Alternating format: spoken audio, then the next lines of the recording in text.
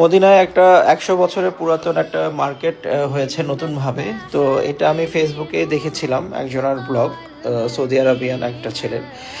আল মেঘিউসলা old সুক মার্কেটটার নাম। Soak মানে ওদের বাজারঘাট বা কিছু একটা বোঝায় হয়তো বা।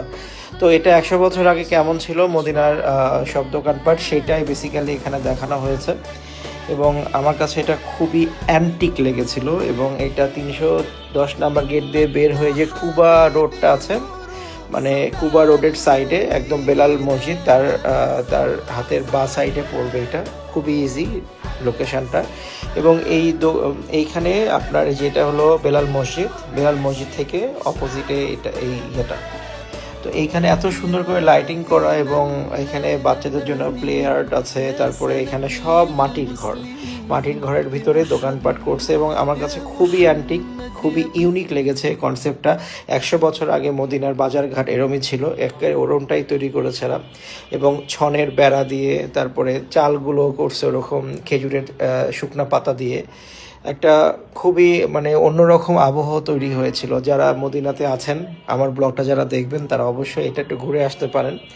আমি যখন গিয়েছিলাম তখন কেমন নতুন তৈরি হয়েছে, এখন মনে হয় আরও ভালো হয়েছে এটা। এবং এখানে হচ্ছে এক সাইডে দেখলাম যে আপনার মানে ঘোড়ার একটা জোন করছে, ঘোড়ার উপর উঠে বসে থাকা। তারপর উটের একটা জোন ছিল। তাছাড়া এখানে খাবার রেস্টুরেন্ট ছিল, কফি শপ ছিল, তারপরে জায় নামাজ তসবি, তারপরে হচ্ছে বোরখার দোকান ছিল, অনেক কিছু ছিল।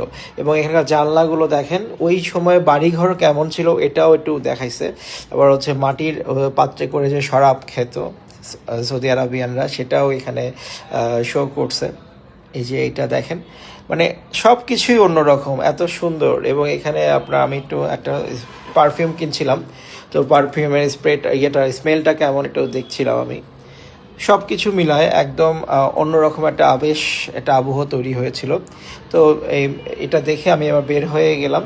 বের হয়ে যাওয়ার সময় দেখলাম আরও কিছু দোকান আছে, এখানে গাউনের দোকানও ছিল। তো এগুলো দেখে আমি আবার একটু বেলাল মসজিদের দিকে যাচ্ছিলাম। তো আমার কাছে খুব ভালো লাগছে। আমি লোকেশানও বলে দিলাম, আপনারা ঘুরে আসতে পারেন মদিনার 100 বছর পুরাতন মার্কেট। এবং মার্কেটটা সত্যি খুবই দেখার মতো।